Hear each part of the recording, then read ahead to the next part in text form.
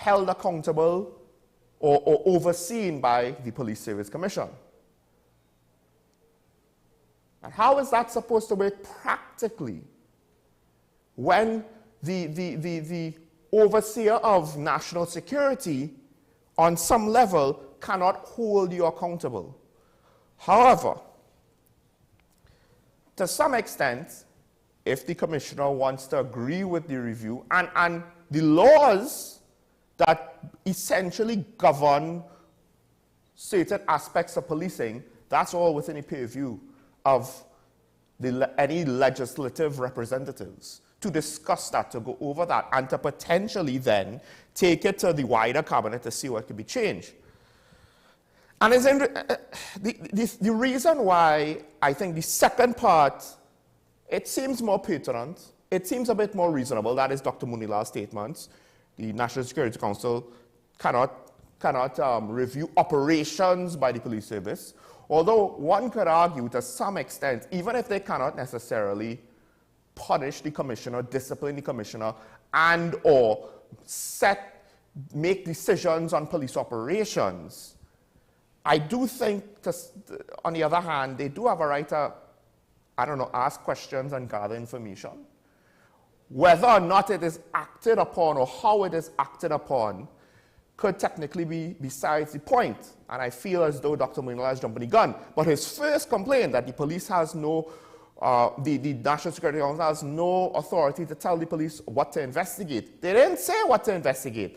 They're not, the National Security Council technically is not involved with the investigation. That came out before that it was being investigated by the police service, by the Police Complaints Authority, and by the Professional Standards Bureau. Then I believe we got a day later word that the National Security Council was conducting a review. And I mean, to some extent, this is the kind of thing that the National Security Council is for. Now,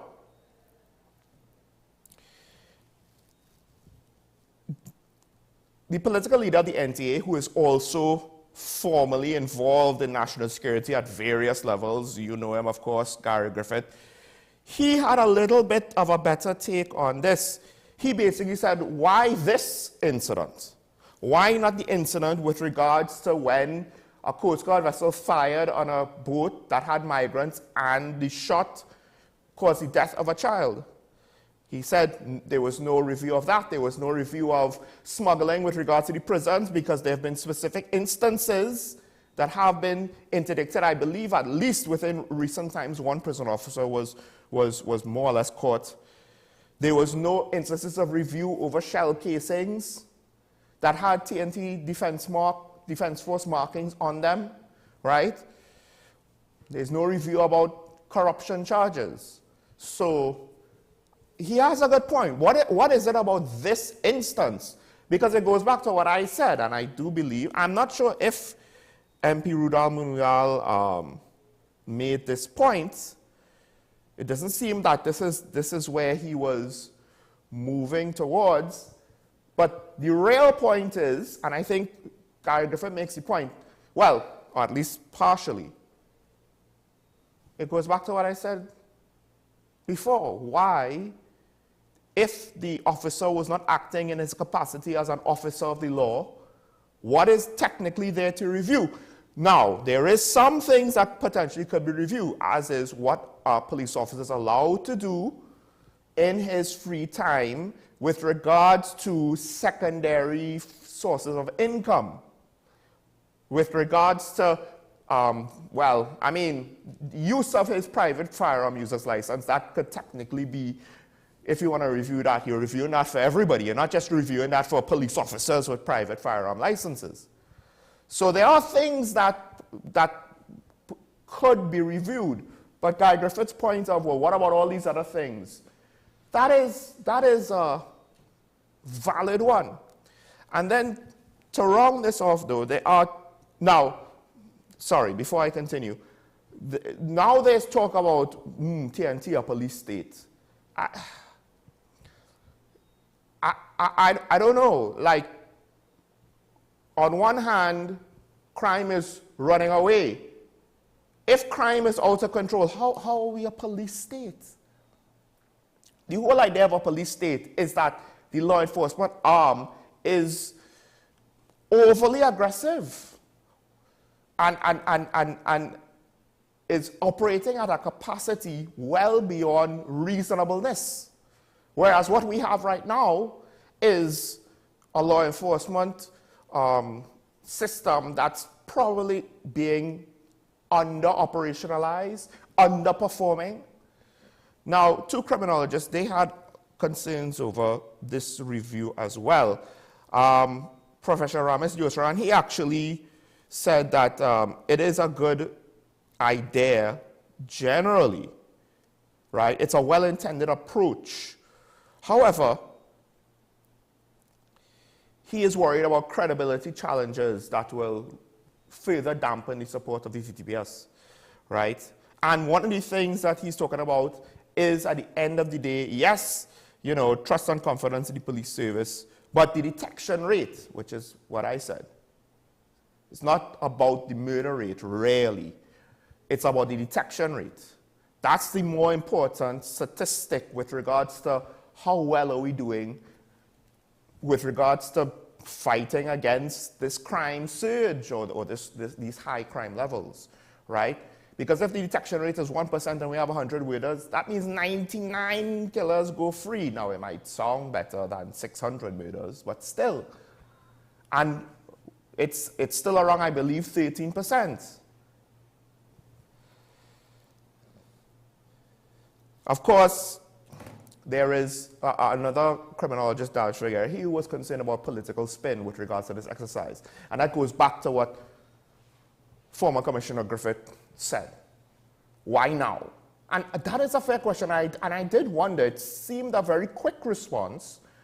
Now, it's fine if this is the first part of an overall change in how the government and the cabinet will respond.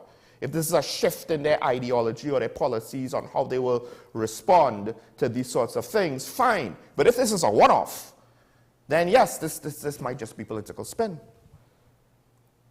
All right. With that said, let's move on to the next story. And why this is important.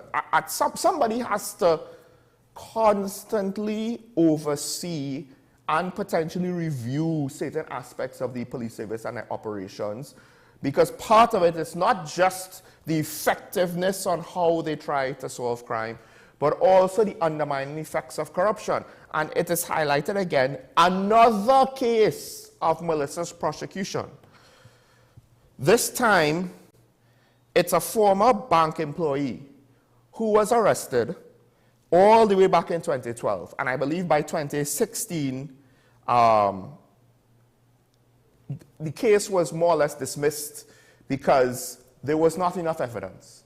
And the arresting officer charged the individual. Now, Justice Ricky Ram said, okay, fine, the arrest wasn't unlawful, but there wasn't sufficient evidence. Even the detention of 14 days by his determination was unlawful, right? And it led to an award of $178,000 because this person's private life was probably disrupted. She's a bank employee being arrested, right? And charged with knowingly approving loan applications that contain fraudulent documents and disposing the sum to the applicants. However, while the crime might have happened down the line, the evidence that this individual was responsible was insufficient. And it's a different judge this time, right? The judge said that the WPC in the matter had absolutely no evidence that could support a charge. Her actions, therefore, were akin to an extreme abuse of power. In the court's view, this is a classical demonstration of a case where malice should be inferred from the absence of reasonable and probable cause. Now, if that's the example you want to go with, where a police state, I mean, this is the second time in 2 days that we're literally hearing malicious prosecution, abuse of power. And to some extent now, it's interesting that on one hand, it seems as though we have a poor detection rate of murders. We can't, well over half, 2/3, maybe even 3/4 of murderers so far. Well, yeah, no, it's over 3/4 of murderers. Go free. 4/5, over 4/5. Because we're talking 30%. So yeah, over 4/5. Over 4/5 of all murderers aren't even arrested. We ain't even talking about the ones that make it to trial and then get a not guilty verdict for whatever reason. There's a recent example. You could figure that one out. But on the other hand, we have situations where officers seem to want to charge without sufficient evidence, want to be overzealous with their policing, but it can't stand up to scrutiny. And I do wonder if it's a case where it's not necessarily because it's a police state, but because we have a significant lack of proficiency. And significant doesn't mean majority of the service. It could be a minority, but it's significant in the sense of the impact that it has, because here's another almost $200,000 just out the door because an individual's life, it's a bank employee accused of fraud. What does that mean for her future prospects? And, the rumor mill, will it be held against her? Again, unfortunately, not guilty is not always, a rubber stamp of innocence. So that's what I think it is. You have two separate things. Overzealousness on one hand, for whatever reason, and then a poor detection rate on the other hand. I don't think it's a police state necessarily. I do think you put those two together, and you could see where, yeah, you're not good at your job. So what do? You overcompensate the lacking of one area, you overcompensate and you cause another problem in a different area. You just change the nature of the issue, but you change the consequences of the issue, but the issue still remains the same. Okay, detection rate is higher, but you can't actually convict anybody because the charges can't be substantiated, can't be proven. What's the point? All right, let's take a break. When we come back, we'll wrap up the daily review. Stay tuned to Talking Point.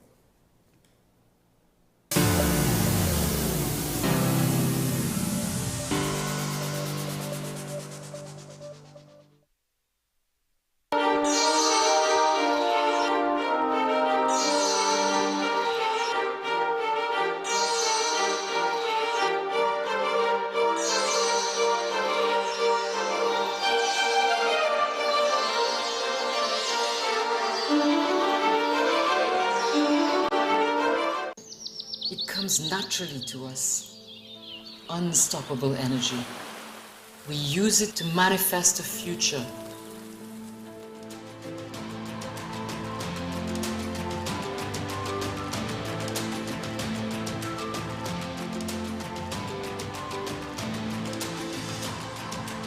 A future where energy takes new forms and is used in new ways for all of us. The new age of energy is here.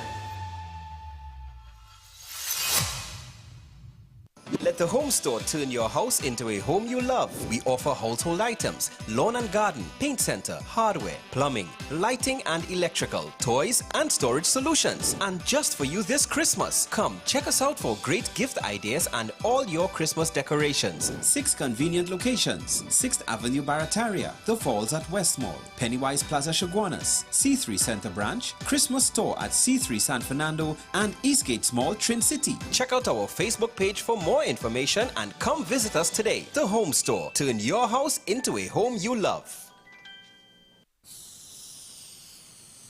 If these walls could talk, they'd cry uncle. They didn't plan to become offices or yoga studios, but they've stood by us, even when we got a little stir-crazy. For that, they deserve some thanks. They deserve Benjamin Moore. It comes naturally to us. Unstoppable energy. We use it to manifest a future.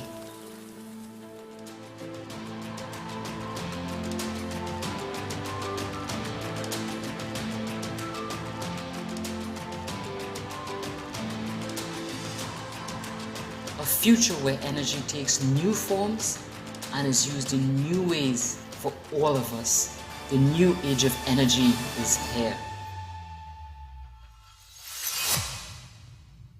Simon's Musical Supplies Limited. We are the specialist in new and used musical instruments, carrying top brands like Yamaha, Pearl River pianos, vinyl and Sabian cymbals, Remo and Evans drumheads and Fender guitars, just to name a few. Also a wide assortment of music books, pan and accessories. At Simon's, we service what we sell. Trust the leader. Call us now at 625-6412 or visit us at 20 Board Street, Port of Spain.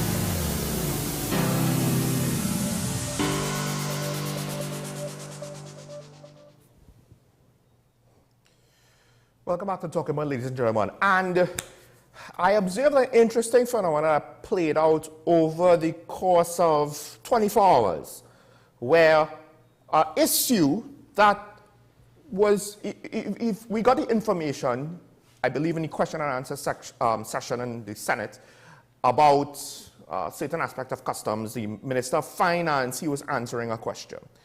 And he felt as though how his words were reported in one daily newspaper caused caused a perception that the issue was under the control of the government. What am I talking about?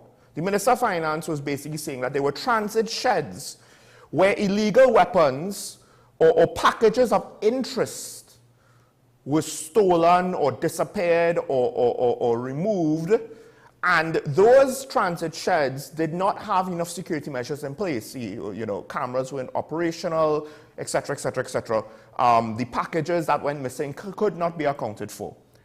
And he felt as though it was, and let me get the, he had to make a clarification, right? Because he said that following the newspaper reports, you know, it made it seem as though the transit sheds in question were under the authority of the Customs and Excise Division, right? However, I would argue, Mr. Minister, well, you know, maybe you could be a bit more structured and organized with your answer. When you read what I believe is the initial report in question, it doesn't necessarily, it reports what he said. And I think one of the issues, one could argue, okay, did they try to spin it in a way? No, it doesn't seem so. They report what he said, and while he did mention the fact that they were owners of the transit shed who were closed down, perhaps either the reporter, the writer itself, or the public's just general perception would not necessarily identify that and then go a step further to further clarify or to find clarification from amongst themselves. Now, I do find it interesting that the Minister of Finance essentially finds himself in a situation that he himself usually creates, although now that he wanted to not necessarily potentially feel what he perceives as unnecessarily or unwarranted heat, he's looking quick to clarify. Why is it that we don't have, you know, structured communication that tries to ensure these things don't happen? Because they happen all the time. They happen all the time. The Minister of Finance will make statements on all sorts of different things like property tax, like how financing is going to be for local government, etc., etc., etc. Or other ministers, right? What's going on with WASA? What's going on with TNTech? What's going on with national security? And usually there'll be holes. But one could argue one of the failings, because it's one thing for the public to go and do their own research, one of the failings of the media is not to then provide sufficient context based on what's said. Because he's answering a question in the Senate, to be fair to him, he's probably not anticipating having this to become a line item in the news, although everything that you say can potentially become a line item in the news. But if all we do is just report what they say and not try to either seek clarification if there's enough ambiguity before we publish the initial story, or offer potential options on what the actual truth might be if it's too ambiguous. And in this case, to be fair, there was a clue in what he said in the initial report. But for whatever reason, he felt the need to have to come in and make a clarification. The actual situation itself leaves, ironically, a lot of law enforcement questions. One of which, and maybe somebody could correct me, if there's questions of which international law enforcement communities are tracking, why is it that they are not more closely observed? I don't know. Did you have the transit shed under observation by a police stakeout? Do we do that? I don't even know. I don't think I've ever heard that being done locally. Right? Did you have somebody undercover monitoring the situation from the inside? Or more importantly, why did you assume that the cameras are functioning and then this package of interest disappears, or packages, and then all of a sudden you find out, oh wait, they're not in compliance. We need to shut them down. How is it they're operating out of compliance? All of these things are serious questions, the can of worms that the minister, yes, okay, you shut them down because they're out of compliance. Finding out that they do not have sufficient security measures in place for this sort of thing after the fact, because you're claiming that illegal guns are stolen from private transit sheds. Okay. Where is the oversight on those transit sheds and their compliance or lack thereof? Horse bolts out to the barn and then they want to close the barn door. All right, last story. And of course, the Finance Bill 2024, that was being debated. And several concerns were raised. And as I mentioned, one, the propensity of drama and bacchanal in Parliament is incredible these days. Now, first let's start with Senator Wade Mark. Senator Wade Mark, he had relatively reasonable things to say, one could argue. He was asking about some of the measures and the fact that what will they do for the people of TNT. And you say, well, no, a lot of these measures, they're looking to help with the finances. One of the things that has come up is the fact that, look, why is property tax only for residential properties and not for commercial properties? Right now, granted, I will say this, it is not fair to say, well, commercial properties can afford property tax more than residential properties. No. There are rich residential homeowners, there are poor residential homeowners, there are those in the middle.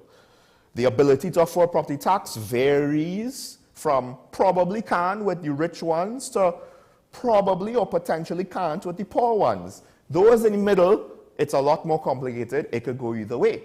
Same thing for business owners. How many businesses closed down over the pandemic? There were some brave souls that opened businesses, and maybe because they already had the plans and the work and they were already locked in. During the pandemic, there were new businesses I saw on certain streets and potentially even in certain malls that did not survive the situation. Others did. But to say that businesses could afford it, I'm not sure so. He also brings up questions with regards to the property forfeiture, as well as the deferral, I believe, for pensioners, right? By deferring the property tax, it's just leaving it for whoever inherits their estate to pay it off. And that has a whole other different story, right? Now, okay, but generally speaking, that's fine. Another opposition senator went even further, and I do believe to some extent Senator Mark was not necessarily immune to this, because one of the things that came out was, well, the whole situation with the Massey training. Now, Senator Mark somehow starts there, right? Sorry, not Senator Mark, Senator Roberts somehow starts there.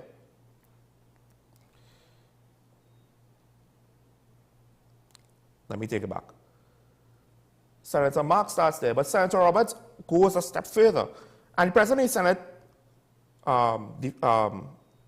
Nigel Freitas, he actually had to disallow attempts by Roberts to claim that the Prime Minister made Obey-related comments, right? And then back in 2011, after Senator Mark, he starts with the Massey situation and wants to somehow inject it into the financing debate, because the use of foreign exchange, I guess you could say.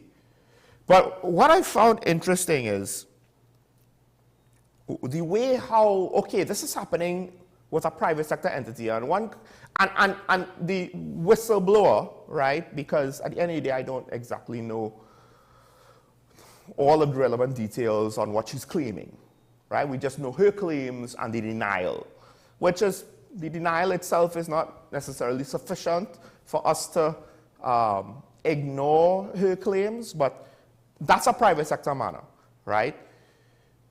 They're getting foreign exchange to do this. Well, to some extent, if it's within the norms of what the organization should get, whatever they choose to do with their foreign exchange that they could acquire, that is technically up to them. But I do find it interesting that it goes from, you know, it goes from that to Mark claimed that some of the allowances being offered to companies through the bill could be paid to people who are talking to the dead. And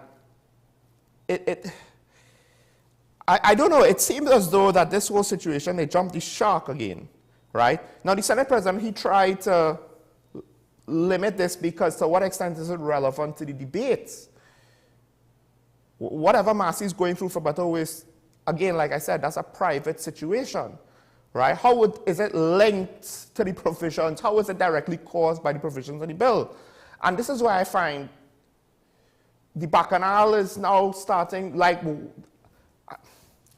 I don't get it. So he had to basically deny both Senator Mark and Senator Roberts from touching on this, and I can't fault him for that.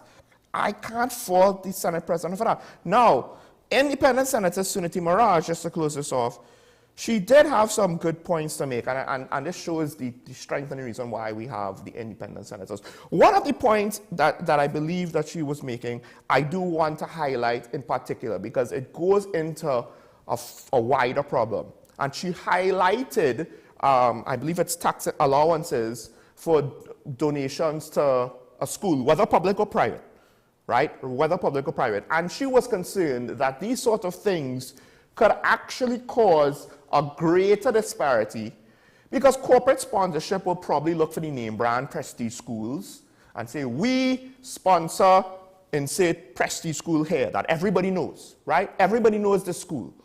So you'll get a lot of mileage, particularly with the fact that, look, a lot of people with a lot more buying power probably, potentially, go to prestige schools. Don't think that every prestige school student comes from a rich family. That would be a mistake. But I get her point, though. And also, sponsorship, you want returns on your marketing dollars. So obscure whatever secondary school that the nation isn't really aware of ain't going to get you far. It might get you far with that community. I think that's an interesting issue that the independent senator raised. And I do hope that it's one that could be addressed. My initial thought was, if there was a way to scale so that after a certain point you get less and less benefits, to encourage sponsorship, you know, to be spread as wide as possible. However, to be honest, I don't know if you could make the amounts practical enough to matter. Otherwise, the sponsors might just give the minimum to the prestige schools, right? It is a hell of a thing. The flip side is, do you tell the prestige schools, no, you can't get corporate sponsorship? I believe this is where the independent senator was going. However, I do have an issue with that because it goes with the assumption that, oh, these prestige schools, they're rich, they flow with money. And that is not necessarily the case. It all depends on the goodwill and the work, in part, of the parents of the students at the time. And even if you have a rich group of parents now, within 7 years at the most, there will be turnover. And that's assuming that rich parents will be generous and will do work to help the school raise funds in order to meet all of its financial needs. Prestige schools are government-assisted schools, not government-sponsored schools. So again, we do probably need to dig deeper with regards to the discrepancies in financial resources between prestige schools and non-prestige schools. And maybe in the long run, this tax allowance might help balance the scales, but in the short run, I can understand the independent senators' fears that it would not. All right, let's take a break. When we come back, we welcome our guests speaking about political bacchanal. Stay tuned.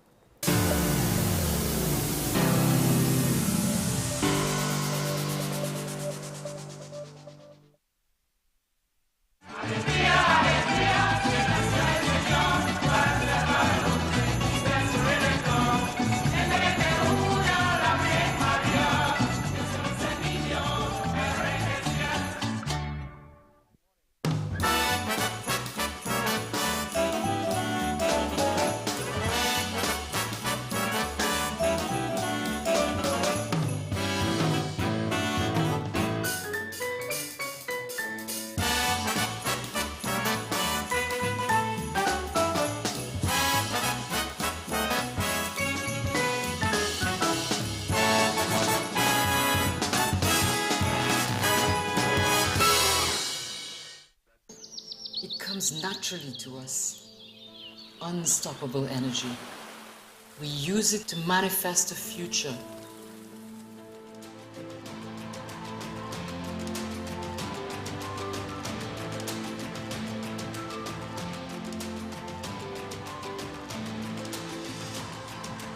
A future where energy takes new forms and is used in new ways for all of us. The new age of energy is here.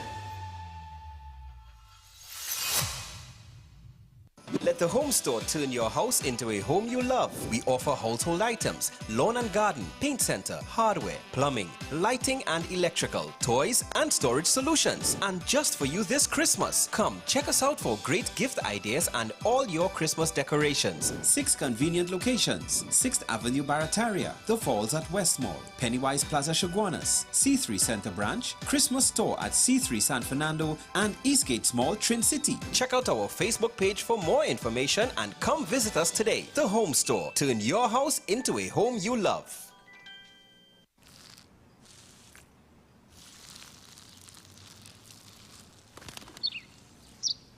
Maybe he landed here totally by coincidence. But if by chance he's admiring your fresh coat of Benjamin Moore soft sky blue, well, that's a pretty high compliment. Coming from an expert.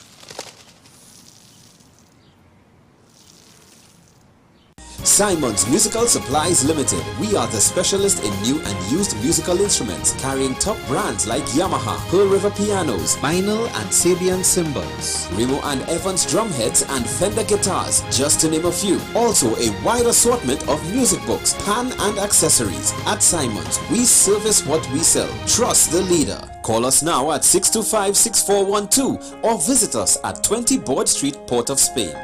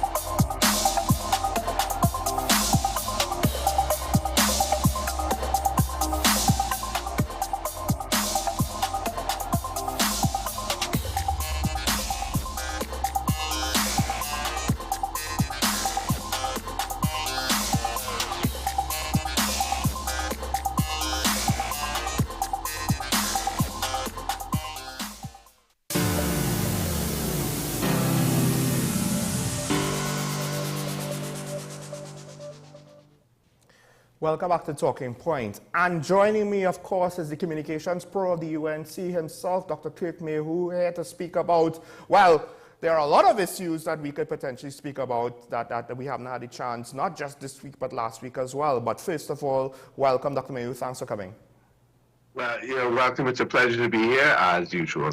So, of course, when we spoke, there are a lot of topics from last week that we didn't get a chance to speak about that we would have liked to. Unfortunately, it didn't work out. But one of the things, and it's interesting always to bring up these things because hopefully important topics don't get lost in the news cycle.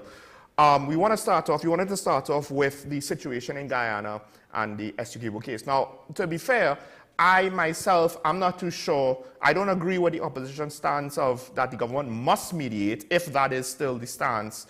Because I don't know to what extent, we can mediate in that situation.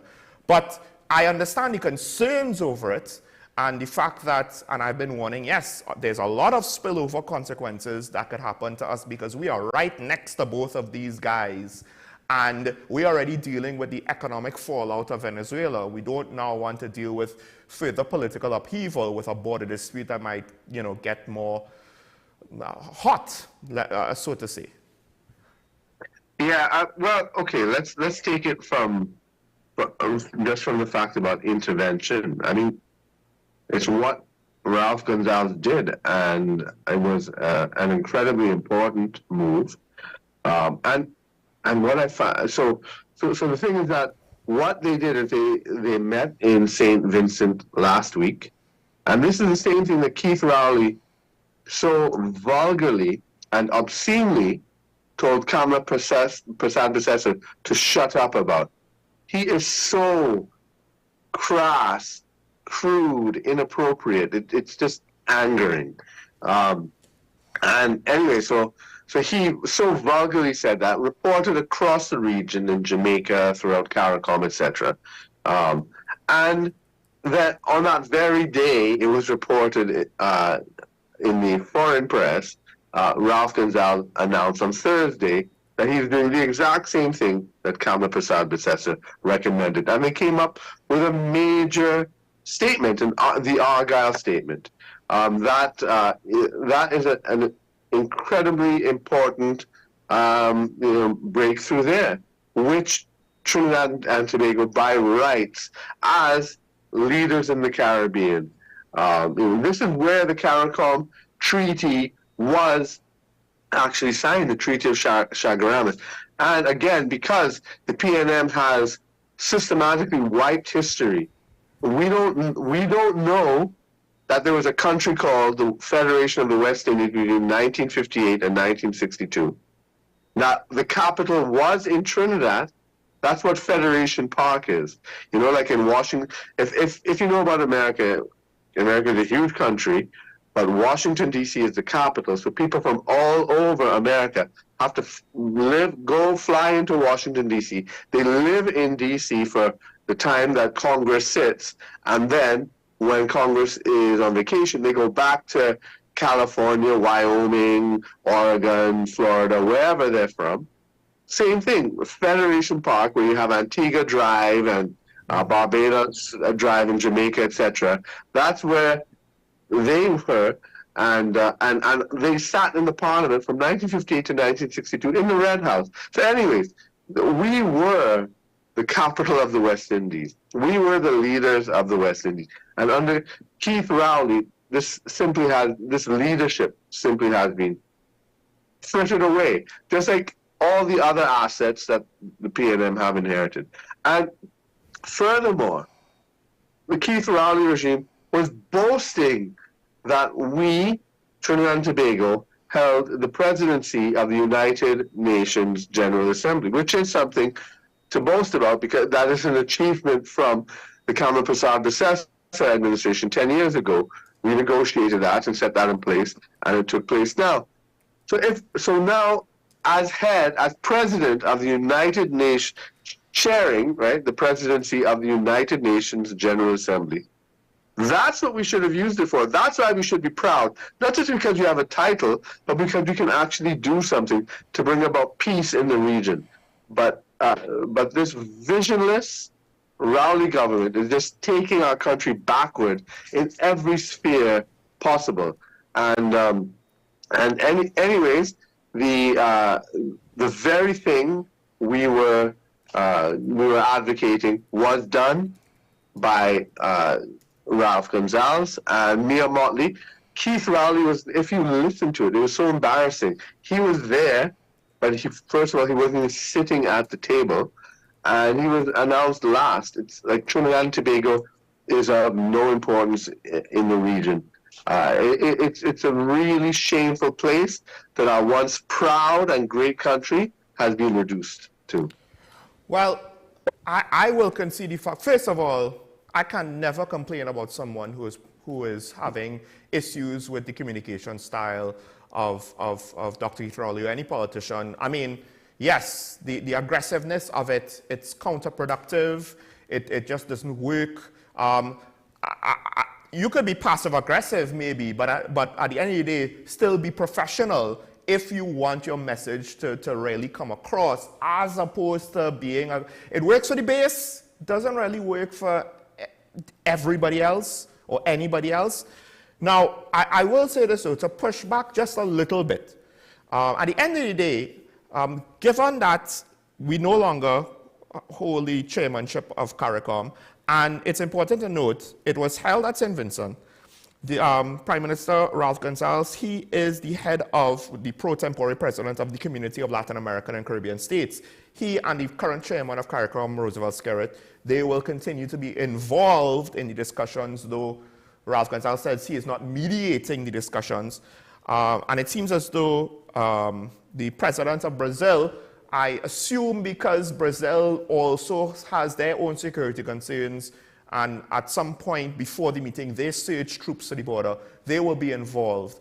I do wonder if, to some extent, there wasn't really room for Trinidad and Tobago now, because we already had the CARICOM membership by the chairman, who should take point on that, as well as the Community of Latin American and Caribbean States, that pro tempore president, taking the lead on the issue.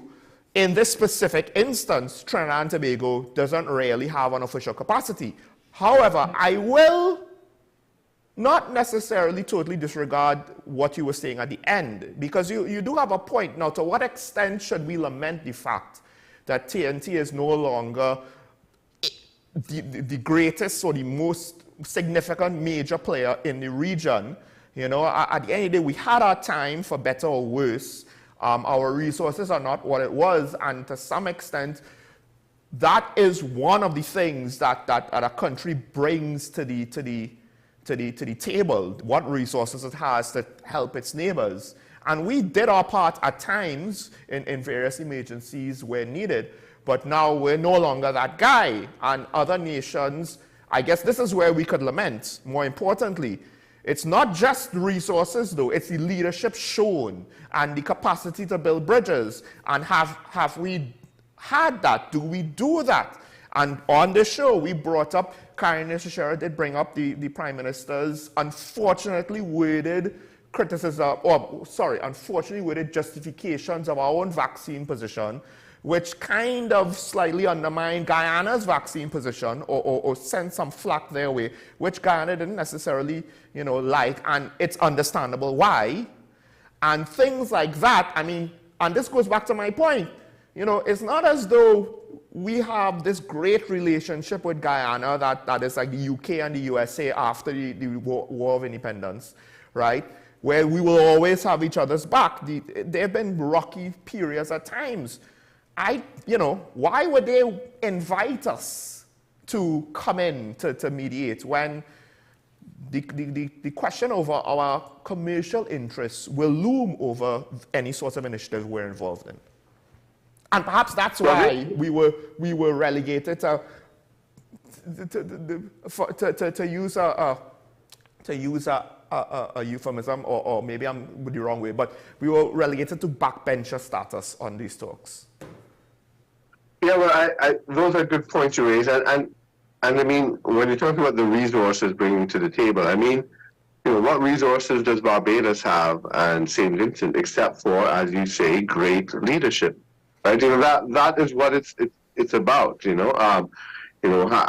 And we have the worst leadership in the Caribbean. There's no one as crude and vulgar and abrasive and who has brought the country down. I don't think people realize the richest we were in our country's history was in 2014 under Kamala Persad-Bissessar. We are now, our GDP levels now are at where we were in 2006. So under the Rowley government, we have gone back in time to 2006. In so many ways, we have gone back in time. But the points you raised about our status, our standing with Guyana vis-a-vis Venezuela is extremely important. And let's go back to the whole energy strategy of this government, which is absolutely wrong and flawed. So Stuart Young keeps boasting, as does Rowley, that, okay, when they came in, we have actually been seeing a fall in gas production, oil production since 1979, right? That was our fall. I'm trying to remember the years. It picked up a little, but we were at our peak in 1979 in terms of oil production. And we've been falling. And then when gas came on board to be used, because at that time, there was no use for natural gas, so we used to flare it. But Trinidad and Tobago actually brought the international LNG market into being, which was a great thing we did in the 1990s. So now that recognizing that is an issue and we need to do something about it. Well, the fact that they've given up on exploration and failed so badly is one issue domestically. But for you to, so their strategy that they are boasting of is to hitch our future onto a pariah state, Venezuela, right? I'm not saying we should shun Venezuela or criticize them, but the fact is the matter, they are a pariah state under sanctions, always unstable, always. It's not just about Chavez and Maduro and so forth. I don't think people understand. Angostura is here in Trinidad because of the instability in Venezuela in the 19th century. There's always revolutions and instability. Here's another, so it was Siegert who came across, he was a German immigrant and founded Angostura in Venezuela. And after all the upheaval there, during all those revolutions, he came across here. This is why so many energy companies prefer to set up in Trinidad than in Venezuela historically, because Venezuela has been so unstable. There was a saying in Trinidad before we became a republic. Whenever people would be, unruly, or let's say there was a line and nobody was making a line, everyone was crowding, but people would say, "You think this is a republic or what?" That was just a saying we had in Trinidad. If you ask maybe your father or grandfather, they would remember that. And that meant, in the Trinidadian mind, a republic, first of all, meant Venezuela, and it meant disorder and chaos as opposed to the monarchy, right? That was the kind of colonial inheritance. But people say, well, you feel this is a republic or what? So anyway, so this instability in Venezuela is long-term, right? So, and it's just getting worse with all these sanctions. And going on 8 years now, we're trying to get something. And it can be at the switch of a policy in Washington. Everything can be upended. This is no security whatsoever, right?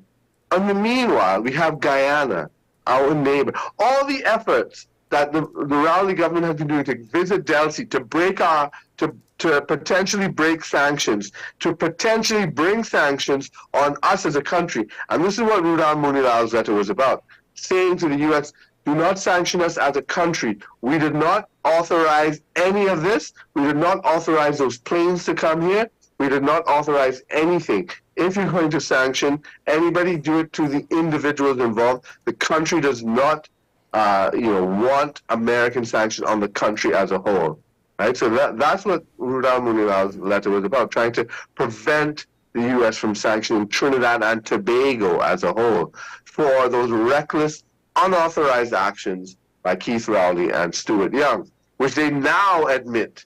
And the stories keep changing all the time, why Delcy came. Right? First it was just a video. First they didn't know who it was. Right? Then it was just a video. Now they're boasting it's because of dragon gas.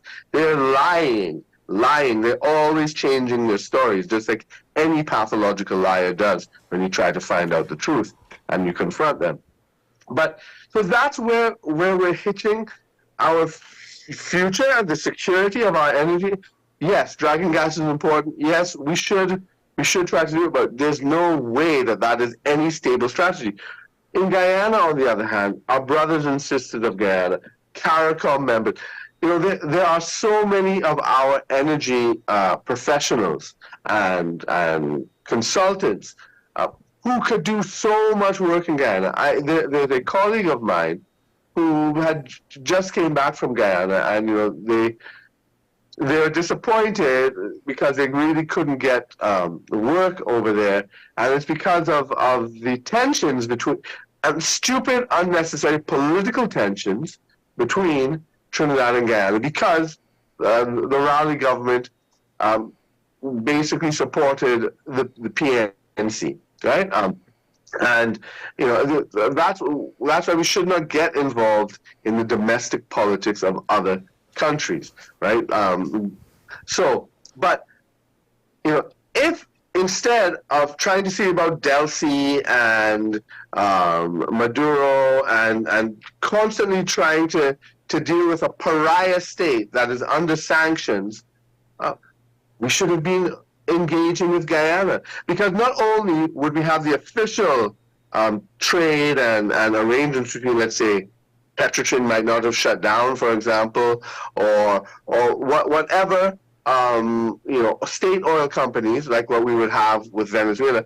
We have so many ways our hundreds and thousands of energy workers could also work in Guyana. They can't do that in Venezuela. They can't go across in Venezuela and work. Well, both for legal reasons and cultural reasons and language reasons, in a way that we could, if we spent that time and energy trying to make good relations with Guyana and mending whatever needed to be mended, and we would have so many, our energy sectors would be so entwined in a rising star of Guyana, which is now like Kuwait. I think it's more than Kuwait they have.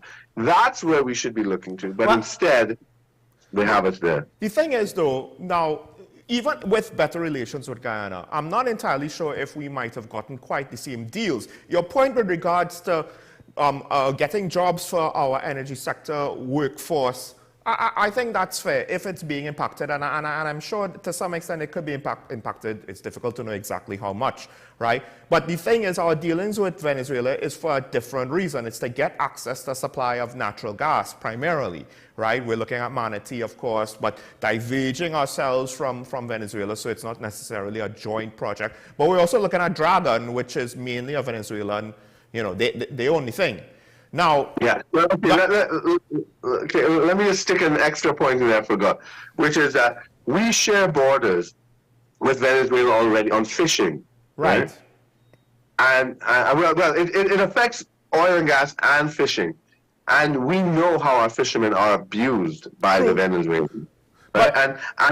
And they say we're in their waters now because Shell and the multinationals cannot build in Venezuela. But we say, let's say, okay, so you can build on, the Loran side and build your pipelines and infrastructure. Given the instability in Venezuela, if not Maduro, maybe a future. Well, hold on. So, but the thing is, my point is, Venezuela is not necessarily could be wholesale replaced by Guyana. But with that said, it seems as though you're making a case that, look, we need to be prepared. Because right now, the reality is, and all countries do this, supporting Ukraine while buying Russian gas. That's what Europe was doing in the opening stages of the Ukraine war. So we can support Guyana and still have commercial deals with Venezuela. Doesn't mean we're going to support Maduro's regime when he cracks down against the opposition or denies free and fair elections. Hopefully that doesn't come to pass. But at some point, though, are you saying, look, we need to be prepared to draw a line in the sand if necessary? Should we be, is that potential coming up, and should we be like, look, this is getting too ridiculous and we need to not engage with Venezuela, because in the long run, we don't even know what the consequences would be with regards to our international standing? Yeah, I'm not necessarily saying not to engage with Venezuela, but what the Raleigh government is doing is putting our entire energy future with Venezuela. That dragon gas is extremely important, and we should be trying to have access to it. That makes absolute sense.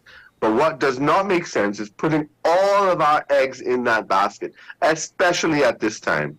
And then neglecting Guyana virtually completely. That makes no sense. We should be having more of our energy on creating a stable link that is multifaceted with our Caribbean brothers and sisters, both in Suriname and in Guyana. It's far more reliable and steady. We are friends with Venezuela too. We should also have our negotiations there, but that cannot be. I mean, they are unstable. They are making claims in Guyana. They can make claims on us. They already make claims on fishing grounds. Well, I mean, I hear you with regards to the instability. I get that. Now, I will say this. In the last press conference, the Prime Minister specifically told Minister Young to highlight all the other things so that they say it's not all in the Dragon Field basket. Right now, to what extent those other projects will be viable and could make up for Dragon Field in case Dragon Field falls through, that's a whole separate issue. I guess my main concern with this is that I understand what you're saying, but it seems as though while Guyana will still work with us as a member of CARICOM and might even do things that will benefit us with regards to international relations, so support with certain aspects of negotiating with the United States on various aspects of energy security, which I believed Guyana President Dr. Irfan Ali, he didn't necessarily have. Most of the criticism doesn't come from him, it comes from the Vice President of Guyana.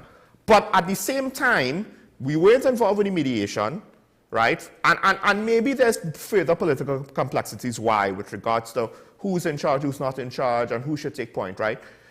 Maybe you're right, maybe for commercial interests, we took a back seat, right? But also, we're not involved with Guyanese energy on that infrastructure level, right?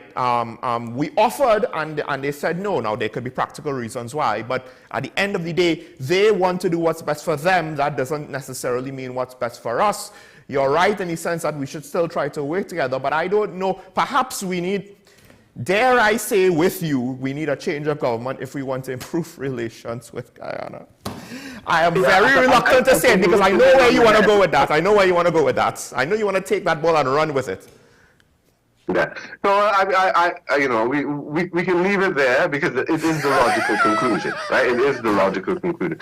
But certainly, you know, the underlying strategy of this government is it's not for. You can never be secure if you put your basket. Listen, Venezuela has the largest oil reserves in the world, more than Saudi Arabia. Yet they are among the poorest countries in the world. Yeah. They still want diapers and toilet paper from Trinidad. Why are we hitching our energy future with them? Right? I'm not trying to insult Venezuela, but these are just the raw, hard facts, right? That it's how can this country be blessed with so much natural resources and so much poverty? We have to be very, very careful about, is that where we really want to tie our energy future? It really doesn't make sense. But Dragon gas, I mean, yes, that would be amazing if it could come on stream. But we cannot tie our energy future to Venezuela in the way we have been, where it's affecting so many things, including our diplomatic leadership in CARICOM, and of our energy professionals. Well, to steal a phrase coined by a certain minister and to modify it a little bit, well, we are seen as less corrupt than Venezuela. At least we have that. Now, Dr. Mayhew, I don't know if you're willing to stay for calls or if you have to go. Sure, I can stay for calls. Well, folks, we've more or less, we went over with the discussion with Dr. Mayhew, who is a good sport, but we have to open phone lines right away. We want to hear from you, the viewer. Of course, you could ask Dr. Mayhew whatever you want on whichever topic. We only spoke on one, ironically. There were many things that we could have potentially spoken about. That said, again, I know how people are with regards to their passions. You can have your criticisms for him if you so choose, but once it's respectful and we can have a discussion. So we open up the phone lines, and while we wait, and I would encourage people, please don't wait too long, because we have to end the show potentially a little bit earlier because we went over time on the discussion. So please call in. Don't wait until the last minute and you can't get a slot. But while we wait, I do want to bring up something else. So just want to ask, well, before I could even get it out there, we have San Fernando on the line. Good morning, caller. You're on the air. Good morning, Sean. Morning. You know, I listened to your discourse with Dr. Mayhew. I am so... well, okay. Dr. Mayhew is here, by the way. He's, sorry? Dr. Mayhew is still with us. Yes. Dr. Mayhew is representing his party. So he's speaking from his party's perspective. A lot of his discourse with you are quite misleading. I don't know if Dr. Mayhew ever, I would suspect he probably worked in Guyana with his politics.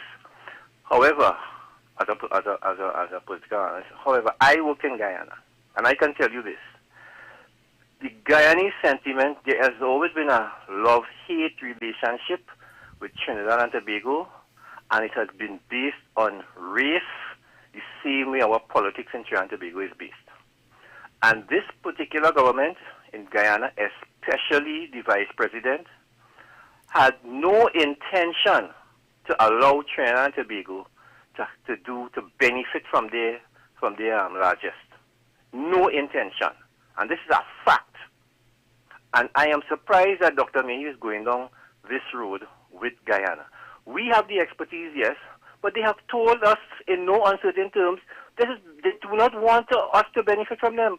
If you speak to Ram's Logistics CEO, who is down in Guyana, and you could understand some of the complexities that they have, the barriers they have put up against Trinidad and Tobago companies. What they do, they look for what is necessary from us. And anything else, they don't want it. Because as I said, they don't want us to benefit. Let me see this. They have a local content policy, which is very nice. I applaud them for the local content policy in Guyana. However, for you to set up a company in Guyana as a Trinidad and Tobago entity, Sean, you have to have a Guyanese must own 51% of the company. People are not understanding this, and let me segue one time into our relationship with Venezuela. We cannot help for where we are located. That is where we are. We can't pick up Trinidad and Tobago and move it anywhere else. We are here 7 miles or 9 miles off Venezuela. So if there are resources there, we try to exploit it. And it's not as if we're putting all our eggs in one basket. I totally disagree with that point that we're putting all our eggs in one basket. We, in the sense of dealing with Venezuela, our eggs are in one basket. This is the energy basket, and I would agree that this government has not taken on diversification of this economy seriously enough, given where we are with respect to energy. So that's my point, Sean. Dr. Mayhew, have a good day. Thank you, caller. My one thing though is, and this is not necessarily a fair comparison, but you know, Europe also couldn't help that their best gas supplier was Russia. Now, the stakes on that decision, as we have seen, is far more stark and serious, where your main security threat is also your main strategic resource supplier. Now, but I get it, Trinidad, you know, at the end of the day, we don't necessarily have quite that dynamic with Venezuela, although one could argue with our fishermen, with our territorial waters, there are some repercussions there. But at the end of the day, we don't necessarily have the resources to go and we're not just looking for a supplier for our energy needs, we're looking at a supplier for our revenue needs, for our business needs. But I get what you're saying. Yes, I agree with you. I pointed out we're not necessarily all our eggs in the Dragonfield basket, but all of our eggs in the lack of diversification basket of energy. And I guess the other thing is, with regards to the racial politics of Guyana, it goes back to what I said, and I don't know if you want to weigh in on this or to further clarify. Is it the current government, which is what the vice president of Guyana seems to have an issue with, or is it Trinidad and Tobago in general, Dr. Mayo? Yeah, I want to, thank the caller for his respectful disagreement. It's legitimate to disagree, and he did so in a very respectful way, and I appreciate that. He makes very valid points about the relationship between Trinidad and Guyana and the difficulties. But this is precisely my point, why we should be working on this. This is not something that will forever be. We can't just say, oh, this is forever going to be like that. There are reasons why the Guyanese have a hostile relationship to Trinidad and Tobago, and it is because of the way we have treated, and we poke fun of Guyana all the time, even still, right? I mean, there are reasons why. And so just like any relationship between two persons, there are things that you can do, just like what we've been trying to do with Venezuela for 8 years and not really gotten anywhere. Well, right? Nothing is coming on stream. We have a caller, Dr. Mayo, from St. Anne. Sorry to cut you, but I don't want to lose this caller. Good morning, caller. You're on here? Hi, good morning, Sean and Dr. Mayo. Morning. Dr. Mayo made an interesting comment a little while ago while he was talking. He asked the question, how is it that Venezuela is so blessed with so much natural resources and still has so much poverty? And I thought, as I heard him ask that rhetorical question, that could be said of Trinidad and Tobago. What has Venezuela done with its resources that Trinidad and Tobago has not done? And it seems logical, besides the issue of geography and our closeness physical closeness to that republic, it seems like a natural fit. Yes, there are complications with regards to the international sanctions and the issue of what type of government is in charge in Venezuela as far as the Americans are concerned. But I don't like, and I understand the politics of the thing. I'm fully aware that if they were in charge, and they may very well be come 2025, that some of these decisions that they're now criticizing and critiquing, they may very well continue that same line. And we've seen this again and again with governments when they change power. They criticize what the incumbent is doing, and when they get in, they slap another name on it, they paint another picture, but it's essentially the same line. And I suspect that's what's going to follow on here with regards to our opportunities in the energy sector and with regards to our neighbors.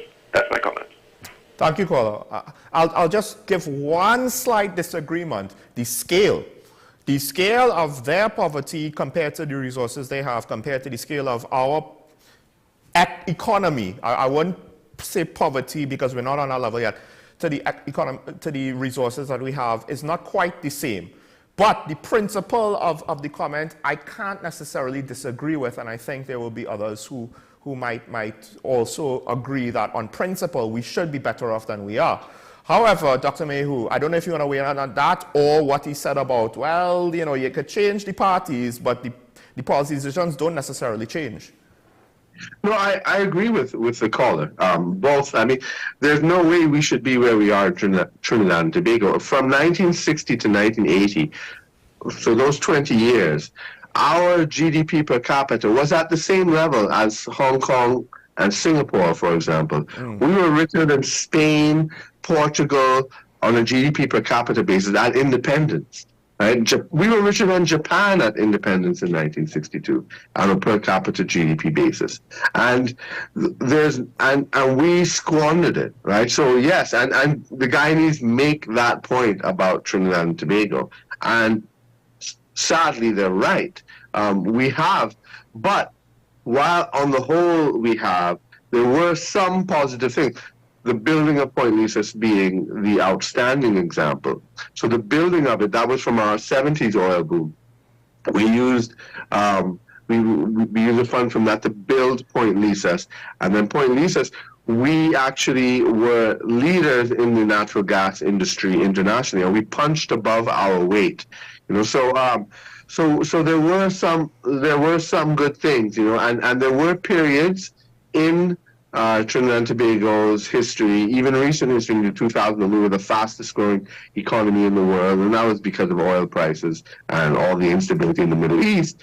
But and in the 70s, it was a similar thing. In fact, in 1982, we were graduated to developed country status by the World Bank, and so we didn't qualify for development loans anymore because we were considered a developed country. That was in 1982, and then we crashed and have not recovered that status. Well, just one thing about the policy. Yes, and I am not saying, and the UNC is not saying that we should not pursue dragon gas or our relationship with Venezuela. We will continue that. But that cannot be our major focus. This is what the Rowley government is pinning all our hopes on. The future of our energy sector, the future of Point Lisa, they're pinning it on that. And we can't do that. Well, we have a caller from Cascade. There's something that you said that I found interesting, but we'll take the call first. Good morning, caller. You on here? Good morning, sir.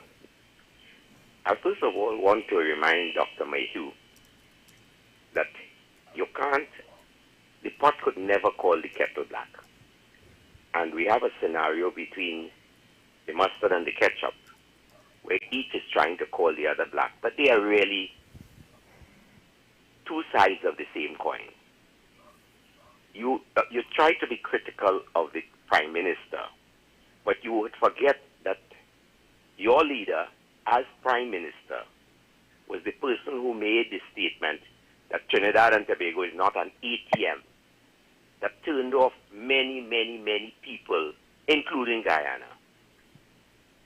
And so we must be very careful and mindful of the statements we make as we seek to score political points. The reality is neither the mustard nor the ketchup is offering Trinidad and Tobago any meaningful possibility. And so what is the difference between the two Ks? The colors. One K is red, one K is yellow. And so what is the difference in terms of leadership style? What is the difference in terms of bringing to the table new ideas and new possibilities? One of the reasons why this country has not fully diversified has nothing to do with the current government, has everything to do with all the governments that we have had. Because diversification requires thinking people. And my own observations are that people, when they come to office, they seem to be concerned only about building buildings and paving roads, because that is where the contractors provide them with something. And so I leave the case there, hoping that Dr. Mayhew would spend time thinking how we could come with real policies to convince we the people that they will mean something different. I rest my case. Thank you, caller. And that's the last caller for the morning because of time. So, Dr. Mayhew, I see you shaking your head. You have disagreements with what the caller said? Oh, absolutely. And when the voice sounds very familiar, let me put it that way. And I hope I'm, when he talks about pot calling the kettle black, that is a very politically interested voice as well. But There's absolutely difference between the two parties. That is the most ridiculous statement. Just look at performance, crime statistics. Look at policies, from education policies to social policies to economic policies. There's absolutely a difference between the two parties, and this trope that both parties are the same is just something that that just does not withstand any serious scrutiny at all. I'll say this. I agree with you in the sense that both parties are the same. I have pointed the differences on how things are done. However, I will admit that the net result tends to be similar enough that people with sentiments like that, I can't fault them for that. I myself can't objectively say that, look, the net result of our situation is significantly different between one and the other, is significantly better between one and the other. One of the interesting things, the Minister of Finance is the one that uses that phrase that I modify, and he doesn't necessarily see the double-edged sword that it is when he says that, well, we are perceived, we being the PNM, as less corrupt. It's like, well, that's not that much better. Less corrupt doesn't mean not corrupt, right? And that's the perception that the populations have. And potentially that's why voter turnouts in general tend to be quite low. Notwithstanding the unique situation that happened in Tobago the last THA election, it seems as though we just have more apathy by the voting public now than before. You said we punched above our weight, and I would say we did that multiple times throughout our history, but it doesn't seem like we could do that much anymore, and one could even argue we're declining economically, socially, culturally, potentially even. Yeah. I mean, I think that we can still continue to punch above our weight. Let's take Mia Mottley in Barbados. They didn't all of a sudden get any new natural resources or economic growth. In fact, they've been pretty bad off economically. But it's visionary leadership. That's what did it. And there's no reason why we cannot continue and take up that mantle which we have dropped under Keith Rowley for sure. And we can. There is, there is hope for the country. We have not lost it all, and we can and we will. I am certain. That's why I'm involved in the politics personally, because I definitely believe that we can turn our state around. I could appreciate that. I could appreciate that sentiment. I will just say this though, the caller from Cascade, he actually provided me with the example. I forgot about it. But it's not just what the Prime Minister, Dr. Keith Rowley, said. It's also what former Prime Minister Kamala Pasabi, as a current opposition leader, said when she was Prime Minister. That potentially has negatively impacted our relationship with Guyana. So I understand. But I don't think, with regards to the senior political class, I guess you could say, or political generation, that we have a leader like a Mia Mottley, or even a Ralph Gonsalves, right? Depending on how you stack those two together. I don't think we have anybody from the experienced veteran political group across the board, whichever, take your pick of party, right? Well, potentially, right? Do we have that to drive that forward into the future? I don't know. Maybe we have it among the young ones. And I will say this, there are young people throughout political parties who I do hope would get more of a platform and a more prominence, and potentially, if they are not caught up with the current political environment and negative aspects of it, we could see that re-rise to where we were and a regain of what we once lost. I mean, I do think that that in the region there is an anticipation and a hopeful anticipation for Kamala Prasad-Bissessar to return to leadership in Trinidad and Tobago because of the abrasive nature of Keith Rowley. And there are bizarre aspects about his leadership too. Remember, I mean, when he was in Canada and came on with that tracksuit. There's just some really, really bizarre things besides his emotional outbursts and things like that.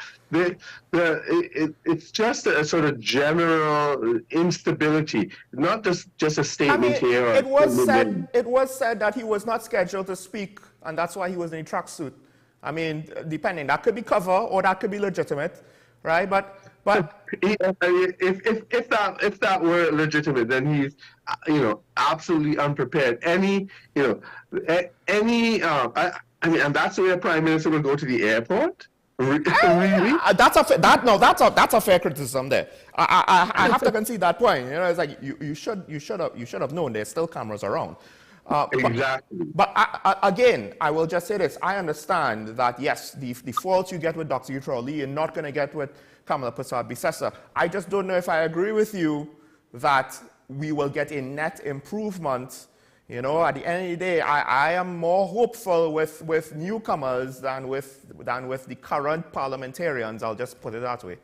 I mean, I would definitely say that with confidence that, let's say, with Mia Mottley in power in Barbados, Kamala Persad-Bissessar in power in Trinidad, there will be a synergy between those two for sure, because there is and always has been. And then also with the other leaders, Ralph Gonzalez and so forth, Irfan Ali, there would be a blooming in our relationships, definitely. Dr. Mayhew, we are way over time at this point. So I'll just say, respectfully, I have to disagree. So let's agree to disagree, because we have to end the conversation there. Folks, want to thank Dr. Mayhew, as well as all of our callers for coming in and contributing to the show. Dr. Mayhew, any final goodbyes?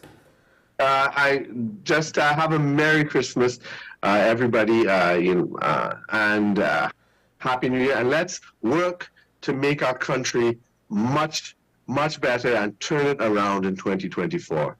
And folks, Dr. Kirk Mayhew, I might disagree with him, but I appreciate the professionalism and the respectfulness to the discussions, and that's what it should be about. Today is a good day to have a good day. We could make it so if we try, if we get engaged. However, I understand the times, but it's Christmas, so stay safe, and we'll see you tomorrow morning. Bye-bye.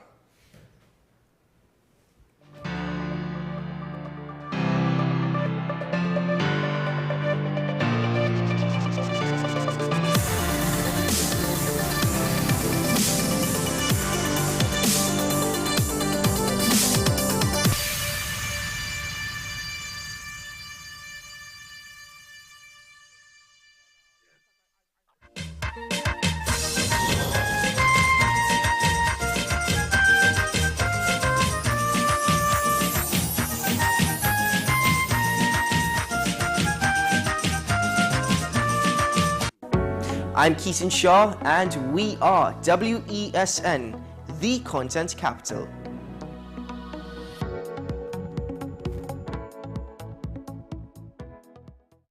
My name is Carl Media. I'm the founder and the host of Ever Increasing Voice Ministries. Join me every Saturday and Sunday on WESN, this powerful station, at 9 a.m. on Saturdays, 1 p.m.